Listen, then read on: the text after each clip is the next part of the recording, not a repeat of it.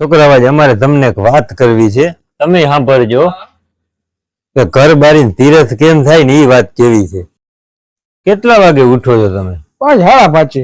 પણ એવા ટાણામાં શું છે, પેલી વાર નીંદર ઉડે જોઈ લેવાનું. ઓહો, હજી તો 11 જ વાગ્યા, પાછા હોઈ જાવ, પછી પાછી નીંદર ઉડે. હા, હવે બરોબર 12, 12:30. તું આખો દી શું કરે? કામે જાઉં.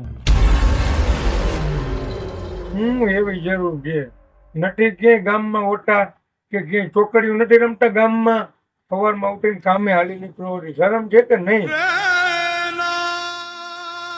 તમે ગમે અહીંયા મેળામાં ફરવા ગયા હો, ત્યાં બાયું ભેગા છોકરા હોય, એ રમકડા હારું ફંદ કરતા હોય, અને બાયું બિચારી આગળ પૈસા ના હોય, ના લઈ દે તો તમે તમારી રીતે લઈ દો.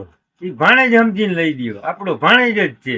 અને ગમે ત્યાં તમે લગ્નમાં જાઓ તો વરાજાથી હારા લુગડા પહેરો, એનાથી હારા બૂટ પહેરો. વરાજાનું કાંઈ ના આવે એનાથી હારી તમે એન્ટ્રી મારો.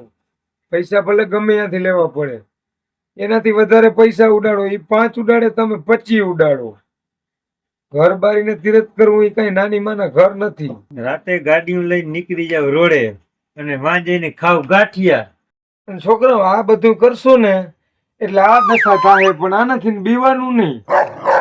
હલો ઈશરાવ, બંધ કરવી દુકાન, મારે સવારે પાછી ખોલવી દુકાન, ધંધો કરવો. હાલો હાલો હલો, મારે કામે જવાનું. જો હવે મારે કહેવાનું